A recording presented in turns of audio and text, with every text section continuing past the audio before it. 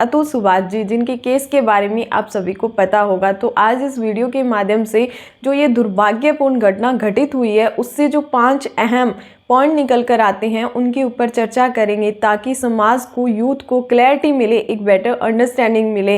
यदि इनके अलावा आपका भी कोई सजेशन पॉइंट हो तो वो आप कमेंट सेक्शन में ज़रूर साझा करें, ताकि समाज को ये एक क्लैरिटी मिले, अंडरस्टैंडिंग मिले। ये घटना, जो दुर्भाग्यपूर्ण घटना घटित हुई है, वो आगे किसी के साथ घटित न हो। Priority after marriage, husband and wife ने अपने स्पाउस को प्रायोरिटी देनी है।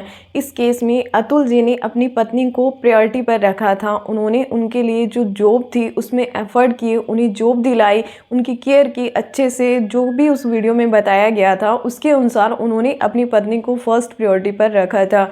वहीं जो अतुल जी की वाइफ है, उन्होंने अपनी माँ यानी माता व अपने भाई को फर्स्ट प्रायोरिटी पर रखा था, न कि अतुल जी को। यदि उनकी पत्नी अतुल जी को फर्स्ट प्रायोरिटी पर रखती तो आज वो इस दुनिया में अपना खुशी से जीवन व्यतीत कर रहे होते। तो हमें ये बात समझनी है कि आफ्टर मैरिज जो हमारा स्पाउस है, जिसके हम अर्ध अंग बने हैं, वही हमारा फर्स्ट प्रायोरिटी पर रहेगा, इर्रेस्पेक्टिव ऑफ एनीथिंग। दूसरा हम देखें कि अक्सर हमारे बड़े बुजुर्ग कहते थे कि अपनी बेटी के घर का पानी नहीं पीना चाहिए। पानी का मतलब यहाँ क्या है? पानी का मतलब है पैसा, रिसोर्सेज। यानी अपनी बेटी के घर का न तो पैसा यूज़ करना चाहिए, न भी रिसोर्सेज यूज़ करना चाहिए। पहले अगर हम हिस्ट्री में जाएं तो यदि कोई माता पिता मजबूरन बेटे से रुपया उधार लेते थे तो उसे सूद समेत वापस लौटाते थे। बट आज लगता है कि जो हमारी पुरानी वैल्यूज़ हैं वो ख़त्म होती जा रही है, क्योंकि आज एक बेटी की माता व उसके भाई ने अपनी बेटी के पति को इतना मजबूर कर दिया सिर्फ अपनी सुख सुविधा के लिए, पैसा प्राप्त करने के लिए। एंड वो डिमांड इतनी बढ़ गई कि करोड़ों में चली गई, करोड़ों से फिर वो मल्टीप्लाई हो गई। एंड एक मजबूरन इंटेलिजेंट, इमोशनली स्टेबल व्यक्ति को अपनी जान गंवानी पड़ी। तो मेरा जो ये वीडियो देख रहे हैं उन सभी से रिक्वेस्ट है कि जो हमारी पुरानी वैल्यूज़ है, कहीं ना कहीं वो हमारी रिलेशनशिप का आधार है, नींव है। हमें उसे मजबूत करना चाहिए, न कि हमें उसे गिराने की कोशिश करनी चाहिए, उसे हिलाने की कोशिश करनी चाहिए। तो आपने अपनी बेटी को जब शादी कर दी है तो उससे आप इंडिपेंडेंटली उसका जीवन व्यतीत करने दो। एंड उसे समझाओ कि फर्स्ट प्रायोरिटी पर हम नहीं है, आपका जो रिलेशनशिप है, नया रिश्ता है, आपके ससुराल वाले, आपका जो स्पाउस है, वो आपके लिए फर्स्ट प्रायोरिटी है। हाँ, यदि कोई मजबूरी है तो आप पैसे की हेल्प ले सकते हो, अदरवाइज आपने पैसे की जो एक ग्रीडीपन है उसे नहीं लेकर आना है। दूसरा, यहाँ यूथ को समझना होगा कि प्रेम एक स्फूर्त भावना है, वहीं शादी एक कठोर दृढ़ निश्चय है। आपको इस बात को समझना होगा। आपकी शादी में जितने कम वेरिएबल रहेंगे, जैसे हम मैथ की इक्वेशन सॉल्व करते हैं, कम वेरिएबल वाली इक्वेशन होती है वो आसानी से सॉल्व हो जाती है। नंबर ऑफ वेरिएबल बढ़ते जाएंगे उतना ही उस इक्वेशन को सॉल्व करना मुश्किल होता जाएगा। उसी प्रकार से शादी के वेरिएबल आपकी जाति, धर्म, कल्चर, पुस्तैनिक जगह जहाँ से लड़का या लड़की वो आए हैं, भाषा, खाना, सोचने विचार करने का तरीका, आपकी साइकोलॉजी। दूसरा फैक्टर आता है इसमें एजुकेशन एंड वेल्थ का। ये बहुत आउट ऑफ नहीं होने चाहिए। इसमें जितनी सिमिलैरिटी रहेगी उतने ही आपकी जो शादी है उसमें स्टेबिलिटी आएगी, वो टिकने के चांसेस अधिक रहेंगे। यदि ये सब चीज़ें आउट ऑफ हो जाती है, जैसे कि अतुल जी के केस में था, दोनों आउट ऑफ, यानी इनका कल्चर कहाँ से वो आते हैं, भाषा, इनका खाना पीना, एक वेजिटेरियन दूसरा नॉन वेजिटेरियन, एक highly educated smart brain, AI में काम करने वाला, इमोशनल स्टेबल, जो काम के प्रति बहुत डेडिकेटेड है, दूसरा जिसे ऐशो आराम की जिंदगी चाहिए थी, हाइजेनिक, इसको हाइजेनिक पसंद, इसको नॉन हाइजेनिक पसंद। तो इनके जो बीच में डिसिमिलैरिटीज थी, आउट ऑफ था सब कुछ। तो कहीं ना कहीं ये मेन रीज़न है कि उनका जो रिश्ता था वो स्टेबल नहीं रह पाया। तो जब भी आप अपने स्पाउस को चूज़ करने जा रहे हो तो आपने बहुत ठंडे दिमाग से सोचना है, वाइजली डिसीजन लेना है। थोड़ी बहुत डिसिमिलैरिटी चल सकती है बट टोटली आउट ऑफ नहीं होना चाहिए। कोशिश करें कि वो आपकी जाति, धर्म, आपकी कल्चर, आपकी भाषा, जैसा आप खाना पीना करते हो उसी के अकॉर्डिंग उसका जो खाना पीना है वो वैसा होना चाहिए।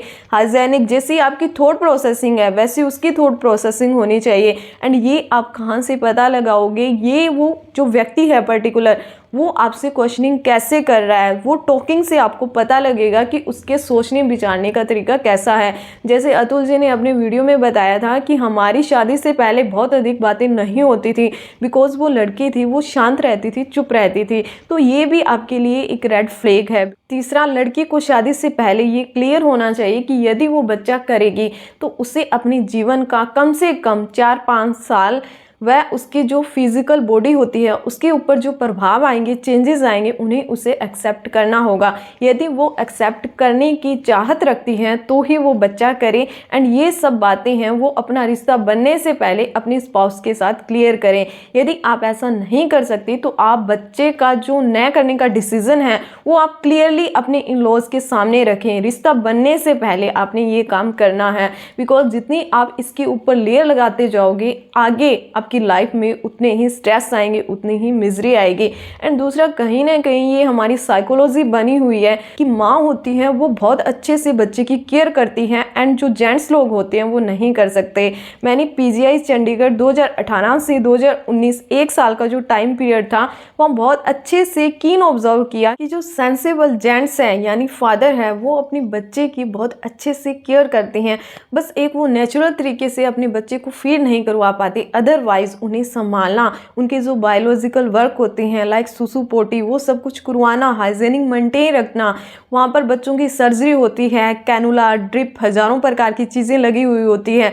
कब मेडिसिन देनी है, कितनी क्वांटिटी में देनी है, कब कौन से वाटर के साथ देनी है, ये सब कुछ उन्हें बहुत अच्छे से क्लियर होता है। बहुत अच्छे से अपने बच्चों की देखभाल करते हैं। उन बच्चों की सर्जरी होने के बावजूद वो उन्हें इतने अच्छे से संभालते हैं, उनकी केयर करते हैं। तो मेरा ये ओपिनियन है कि यदि आप एक महिला हो एंड यदि आपको आपके बच्चे के सर्वाइव करने के लिए आपको आपके तलाकशुदा पति से हर महीने पैसे चार्ज करने पड़ रहे हैं एंड वो लगातार अमाउंट है आप धीरे धीरे बढ़ाती जा रही हो, तो वो आप अपने बच्चे के लिए नहीं बल्कि आप अपनी सुख सुविधा के लिए वो एक जरिया बन चुका है आपका बच्चा कि आप उनसे पैसे ग्रहण करो। तो आपने यहाँ शिद्दत के साथ आप ये समझो कि मैं अपने बच्चे की केयर नहीं कर सकती, क्योंकि ये हमारा मिथ बन चुका है कि जेंट्स बहुत अच्छे से केयर नहीं कर सकते। आप अपने बच्चे को आप अपने जो तलाकशुदा पति हैं उन्हें सौंप कर देखो, वो बहुत अच्छे तरीके से उनकी केयर करेंगे, उनमें वैल्यू ऐड करेंगे।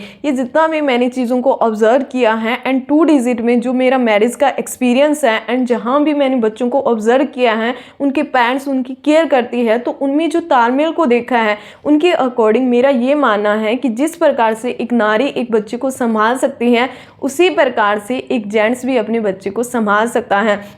हज़ारों एग्जाम्पल हैं, आपने देखा होगा कि सिंगल पेरेंट्स यानी मेन अपने बच्चे की केयर बहुत अच्छे तरीके से करता है, तो वो भी तो करता है तो एक तलाकशुदा पति भी कर सकता है। तो यहाँ रूल को चेंज करना होगा, बिकॉज कई बार क्या है कि बच्चा एक माध्यम बन चुका है पैसे लेने का, तो ये चीज़ गलत है। कहीं ना कहीं उस बच्चे की साइकोलॉजी के ऊपर जो उनके पेरेंट्स उसके साथ बिहेवियर कर रहे हैं उनका बहुत बुरा प्रभाव पड़ता है। वो बच्चा जैसा ऑब्जर्व कर रहा है, जैसा उसे इन्वायरमेंट मिल रहा है उसी के अकॉर्डिंग उसमें वैल्यू ऐड होगी और वैसा ही वो आगे चलकर बनेगा। तो यहाँ हमें थोड़ा सा चेंज करने की ज़रूरत है। एंड जो ये मिथ है कि जेंट्स अच्छे से संभाल नहीं कर सकते, इस मिथ को भी हमें चेंज करना होगा। मेरे ओपिनियन के अकॉर्डिंग, एक्सपीरियंस के अकॉर्डिंग, राय के अकॉर्डिंग जेंट्स बहुत अच्छे से एक बच्चे को संभाल सकता है। यदि वो संभालने की इच्छा है, उसमें डिज़ायर है, तो वो ये कर सकता है। आपका क्या राय है आप कमेंट सेक्शन में ज़रूर साझा करें। चौथा, जहाँ तक संभव हो आपने गलत इंसान के साथ रिलेशनशिप नहीं बनाना है। मान लो आपको उसकी रियलिटी थी, पता नहीं थी, या किसी भी वजह से लव का फैक्टर अधिक था, इमोशन अधिक थे, आपने उसके साथ रिलेशनशिप रखा है, तो आप उसके साथ शादी पर न जाएं। मान लो आपने उसके साथ शादी भी कर ली, तो आप सभी से हाथ जोड़कर गुजारिश है कि आप उसके साथ बच्चा न करें। ये गलती आप भूलकर भी न करें, बिकॉज आफ्टर बच्चा होने के बाद जो आपके जीवन में अनस्टेबिलिटी है, आपकी रिलेशनशिप में उतार चढ़ाव है, आप डाइवोर्स ले लोगे, आप अपनी रिलेशनशिप है वो किसी थर्ड पर्सन के साथ बिल्डअप कर सकते हो। बट यहाँ क्या फैक्टर है कि आपका जो बच्चा है उसका जीवन नर्क बन जाएगा। अब दोनों का तो नर्क बन ही रहा है, आप दोनों मिलकर उस बच्चे के जीवन को नर्क बना दोगे। बिकॉज हजारों ऐसे केसेस हैं कि उन बच्चों का वजूद खत्म हो जाता है। आपने पुष्पा 2 मूवी देखी होगी या रिव्यू देखा होगा। अगर बेटा हुआ तो उसे खानदान का नाम भी नहीं दे सकती है। लेकिन अगर बेटी हुई तो कम से कम शादी के बाद उसे खानदान का नाम मिलेगा। यही सेम सिचुएशन हज़ारों उन बच्चों की होती है जिनके पेरेंट्स तलाक लेते हैं या उनका रिलेशनशिप है उसमें टोटली अनस्टेबिलिटी है। तो आपने यहाँ बहुत केयरली डिसीज़न लेना है बच्चे करने का। यदि आपके रिलेशनशिप में स्टेबिलिटी नहीं है तो आप बच्चे करने का डिसीज़न कृपया मत लें। एंड जब भी आप किसी के साथ रिलेशनशिप बनाने जा रहे हो तो उस इंसान को बहुत अच्छे से बेहतर समझ के साथ सिलेक्ट करें। यदि आपको समझ में नहीं आ रहा है तो आप कंसल्टेशन ले सकते हो, किसी से एडवाइस ले सकते हो, हज़ारों आपके पास ऑप्शन खुल जाएंगे। बट आपने इमीडिएटली उसका जो इमोशन है, उसका लव का फैक्टर है, उस ओरा में आकर उसके साथ रिलेशनशिप नहीं बनाना है। बिकॉज बच्चा होता है ना, वो सबसे ज़्यादा सफ़र करता है। अब अतुल जी का बच्चा है, उसका चाइल्डहुड पीरियड है, वो किस दौर से गुजरा है, उसका आगामी जीवन पर उस बच्चे की जो लाइफ है उसके ऊपर बहुत बुरा प्रभाव पड़ेगा। उसमें चाइल्डहुड ट्रॉमा क्रिएट हो जाता है जो उसकी आगे की लाइफ है वो डिस्ट्रॉय होने का एक अहम कारण बनता है। तो यहाँ कहीं ना कहीं दो लोग मिलके एक बच्चा जो जन्म दिया है उन्होंने अपने खुद से उन्होंने चूज़ किया है। बिकॉज बच्चे के पास यहाँ कोई ऑप्शन नहीं था, पेरेंट्स ने खुद उसे जीवन दिया है, उसे इस लाइफ में लेकर आए हैं। तो आपकी लाइफ में यदि स्टेबिलिटी नहीं है तो आप उस बच्चे के जीवन है वो क्यों बर्बाद कर रहे हो। तो यहाँ आपने बहुत ही सोच समझ के साथ बच्चे करने का डिसीजन लेना है। पांचवा पॉइंट आता है करप्शन। जैसे कि अतुल जी ने अपनी वीडियो में बताया कि उन्हें 120 बार तारीख मिली थी, जब सब कुछ केस दर्ज हो चुका था, सब कुछ हो चुका था। तो ऐसी क्या चीज़ थी कि जो 15-20 तारीख में सॉल्व आउट नहीं हो सकती। आपने हज़ारों ऐसे केस देखे होंगे कि जहाँ तारीख पर तारीख मिलती है, सारे डॉक्यूमेंट, सारा वेरिफिकेशन हो जाता है, गवाही हो जाती है, सारे डॉक्यूमेंट सबमिट हो जाते हैं, उसके बावजूद कई वर्षों तक वो केस चलता रहता है। वो इंसान कोर्ट कचहरी के चक्कर काट के उसकी चप्पलें तक घिस जाती है, उसके जो पैसे की जो पॉकेट होती है वो खाली हो जाती है। दूसरा यहाँ पर ये भी बात अहम है कि जब सब चीज़ें ऑनलाइन हो सकती है, कई करोड़ों की डील ऑनलाइन हो सकती हैं, सीवियर कंडीशन में कोई व्यक्ति है, व्हाट नेक्स्ट ये लेने का डिसीजन एक डॉक्टर द्वारा ऑनलाइन लिया जा सकता है। उसके जीवन का जो आगे का फ्यूचर है जो कि सारा उस एक्शन पर डिपेंड है वो ऑनलाइन लिया जा सकता है। तो ये क्वेश्चन आंसर जो कोर्ट में पूछे जाते हैं वो ऑनलाइन क्यों नहीं पूछे जा सकते। तो यहाँ ये भी सोचने का, विचार करने का मुद्दा है। तो ये थी हमारी वीडियो जिसमें हमने क्लैरिटी देने की, एक अंडरस्टैंडिंग देने की कोशिश की है। उम्मीद करती हूँ कि आप इस वीडियो को जितना हो सके उतना शेयर करें। बिकॉज कहीं ना कहीं जब कोई एक एक्शन लिया जाता है तो उसके अपोजिट रिएक्शन होती है। अब एक्शन क्या था कि ये दुर्भाग्यपूर्ण घटना घटित हुई, इसके रिगार्डिंग जो हमारे यंग बॉयज़ हैं उनके माइंड में कहीं ना कहीं ये चीज़ क्लिक करेगी कि शादी है, मैरिज है, वो सही नहीं है, ये एक बला है, जिससे दूरी बनाए रखें उतना ही अच्छा है। तो उन्हें एक क्लैरिटी देने की कोशिश करनी है, क्योंकि शादी बुरी नहीं है, बट किस इंसान के साथ आप शादी करने जा रहे हो वो बहुत इंपॉर्टेंट है। यदि ये इंसान बुरा है तो आपको भी ये बुरा बना देगा, आपका जीवन है वो बर्बाद कर देगा। यदि आपने इस इंसान को सही चूज़ किया है तो ये आपकी लाइफ को स्वर्ग बना देगा। तो जैसे हमारा जो बहुत पुराना ज्ञान है उसके अकॉर्डिंग नारी और पुरुष अर्ध अंग है। यदि ये दोनों अर्ध अंग दोनों इक्वली खड़े होते हैं तो ये इस सृष्टि को चेंज कर सकते हैं।